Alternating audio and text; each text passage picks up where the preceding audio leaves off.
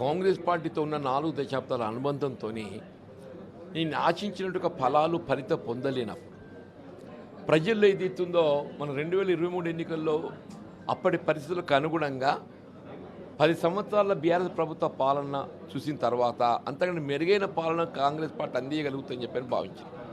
But in practical ప్రజల్లో ఏదైతుందో ఆ కేసీఆర్ పెద్ద మనిషి మంచిగా ఉండే, ఈ రేవంత్ రెడ్డి ఏం చెప్పిండు ఏం చేస్తుండు, కాంగ్రెస్ పార్టీ ఏమో చెప్పింది ఏమో చేస్తానని చెప్పాను కూడా చివరికి ఏం చేయకుండా అయిపోతున్నది, మళ్ళీ కేసీఆర్ పాలన వస్తేనే బాగుంటుండే అనేటువంటి ఒక భావన ఆలోచన ప్రజలు కనబడిన తర్వాత నేను ఏం చేయాలంటున్నాను.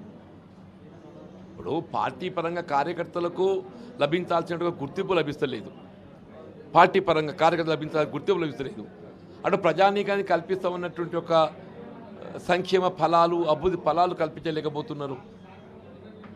మరి ఏ విధంగా చూసినా కానీ ఏది ఇస్తుందో BRS was much better than this Congress rule అని చెప్పిన ఒక అభిప్రాయం ఏర్పడిన తర్వాత ఎవరు కానీ ఏం చేయగలగాలి. కానీ సార్